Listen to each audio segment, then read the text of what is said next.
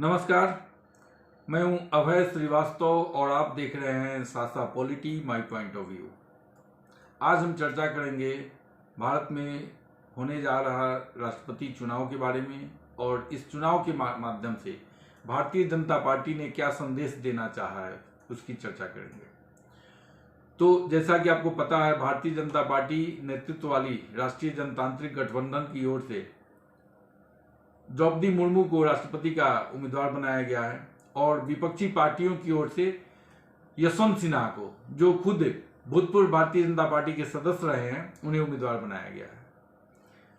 अब चुनावी गणित को देखें तो द्रौपदी मुर्मू का राष्ट्रपति बनना 100% तय है, लेकिन एक औपचारिकता है, उसको पूरा किया जाएगा और अगले राष्ट्रपति के रूप में द्रौपदी मुर्मू शपथ लेंगी, इसमें कहीं किसी को शंका नहीं होनी चाहिए।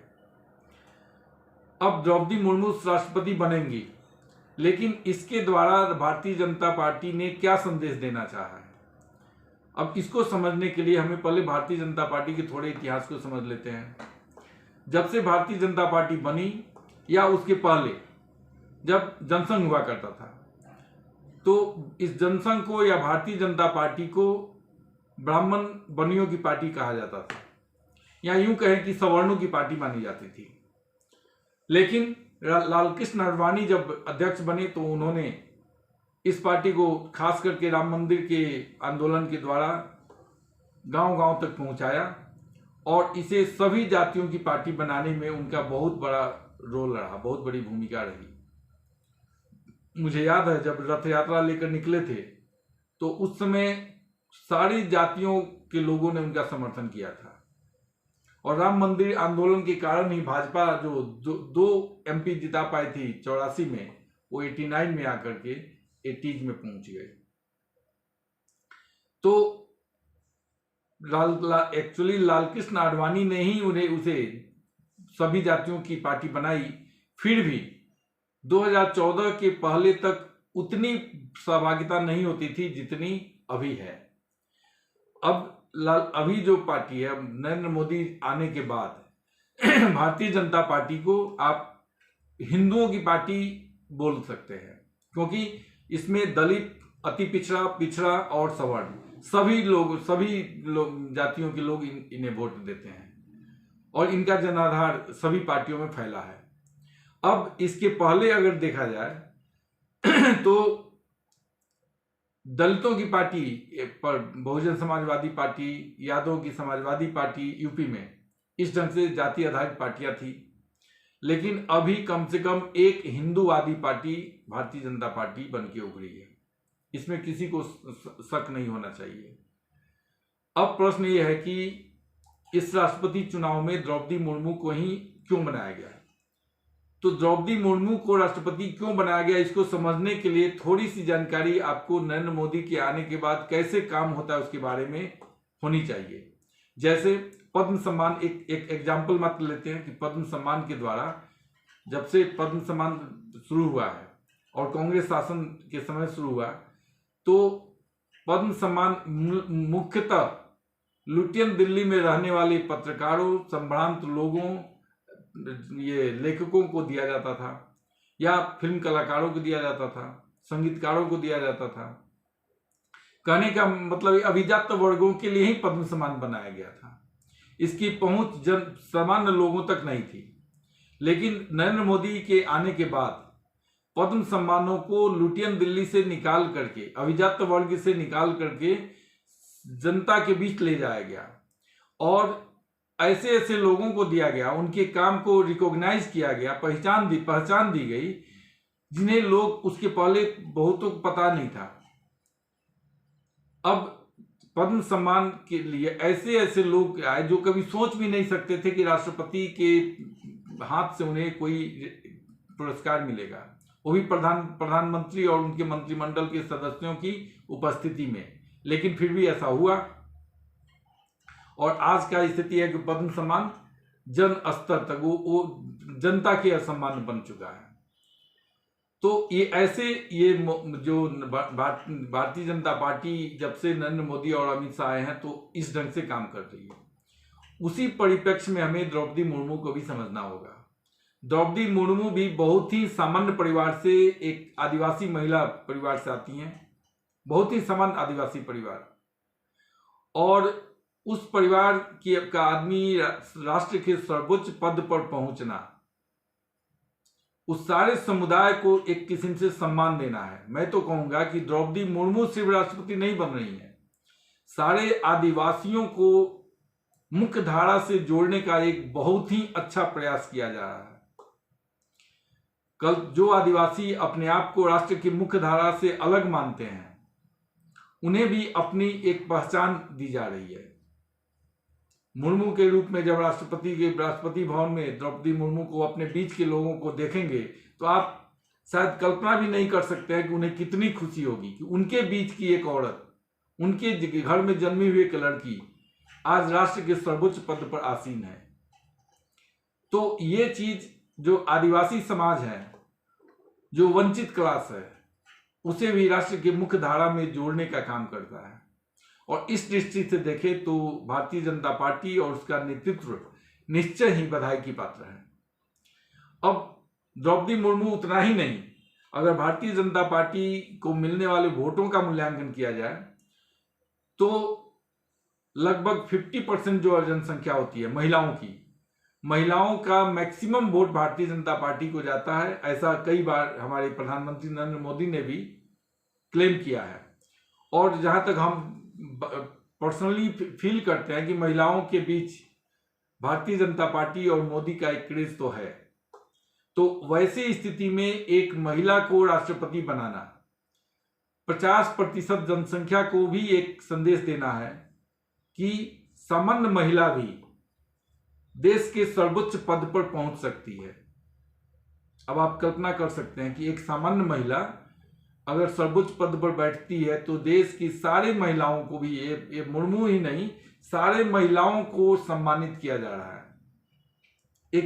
उन्हें भी ये माना जा रहा है कि देश की महिलाएं भी किसी से कम नहीं है, राष्ट्र के सर्वोच्च पद के अधिकारी है। और प्रतिभा पाटिल के बाद ये दूसरी महिला राष्ट्रपति होंगी। लेकिन प्रतिभा पाटिल राजघराने से आती थी और ये एक सामान्य वर्ग से, ये अंतर है दोनों में। दोनों हैं तो महिला, लेकिन दोनों महिला के पारिवारिक पृष्ठभूमि में जमीन आकाश का अंतर है। एक राजघराने से आने वाली महिला थी, हालांकि उनका भी कार्यकाल को मैं गलत नहीं मानता, उन्होंने भी बहुत अच्छा ढंग से अपना कार्यकाल पूरा किया। लेकिन जहां तक द्रौपदी मुर्मू की बात है, वो प्रतिभा पाटिल से इनकी तुलना ही नहीं की जा सकती। एक तो गरीब परिवार, सामान्य परिवार से आने वाली, और दूसरा एक आदिवासी समाज से आने वाली।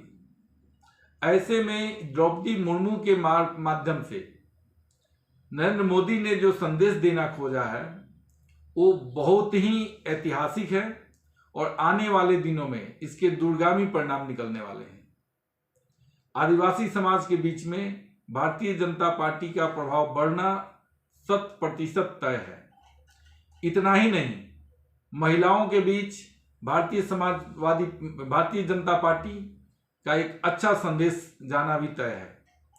लेकिन अब जब दूसरी तरफ देखते हैं, विपक्षी पार्टियों ने यशवंत सिन्हा को ही क्यों, अब उधर देखिए, यशवंत सिन्हा एक तो 84 वर्ष उनकी उम्र हो गई। 84 वर्ष का आदमी क्या कर सकता है, और उन्हें इसका भी राष्ट्रपति के लिए कोई उम्मीदवार भी इन लोगों को अपने पार्टी में नहीं मिला। उसके लिए भी उन्हें भूतपूर्व भारतीय जनता पार्टी के ही सदस्य को खोजना पड़ा। और ये ठीक है कि उनकी छवि बेदाग रही है, लेकिन उनके बारे में आप क्या सोच सकते हैं? उनको सिर्फ इसलिए लाया गया है कि ताकि विपक्षी पार्टियों में एकता कायम किया जा सके। इसके अलावा कोई बता दे कि हाँ उनमें कोई और क्वालिटी है, न उम्र उनका साथ देगा, न ही वो जीतने जा रहे हैं।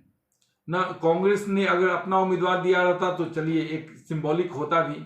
कांग्रेस जो सब मुख्य विपक्षी पार्टी है वो अपना उम्मीदवार भी नहीं दे पाई है, उसने भी तृणमूल कांग्रेस के उम्मीदवार को समर्थन दिया है। अब आप समझ सकते हैं, तो इसके पीछे और कोई कारण नहीं है।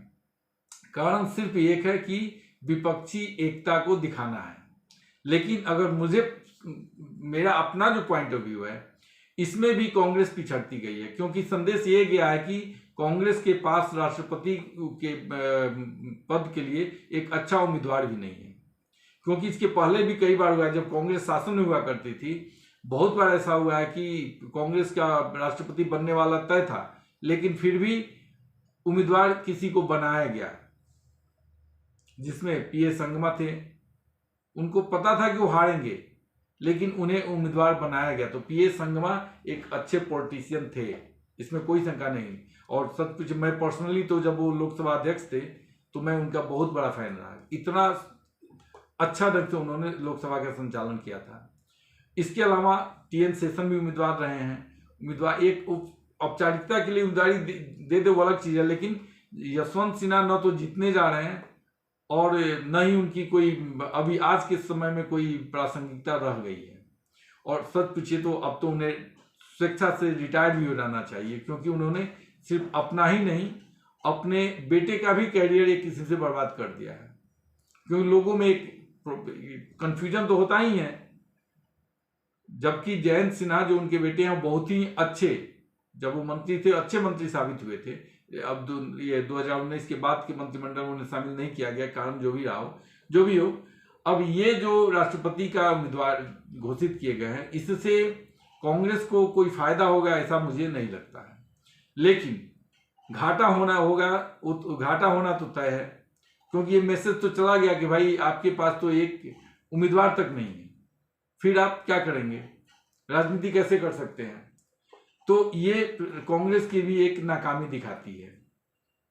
इसके अलावा अब राष्ट्रपति उम्मीदवार का चुनाव हो जाने के बाद जो स्थिति बनती है, उसमें मुझे लगता है कि विपक्षी पार्टियों ने 2024 को ध्यान में रख करके नरेंद्र मोदी, यशवंत सिन्हा का नाम प्रस्तावित किया है। अब उनका हारना तो तय है, लेकिन हाँ, इसमें विपक्षी पार्टियों को अगर एक कर पाए, जो मुझे लगता नहीं है, फिर भी अगर उनमें एकता हो पाती है तो राष्ट्रपति चुनाव का एक अच्छा संदेश माना जाएगा। आज के लिए बस इतना ही। अगर आपको ये वीडियो अच्छा लगा हो तो लाइक करें, शेयर करें और सब्सक्राइब तो जरूर करें।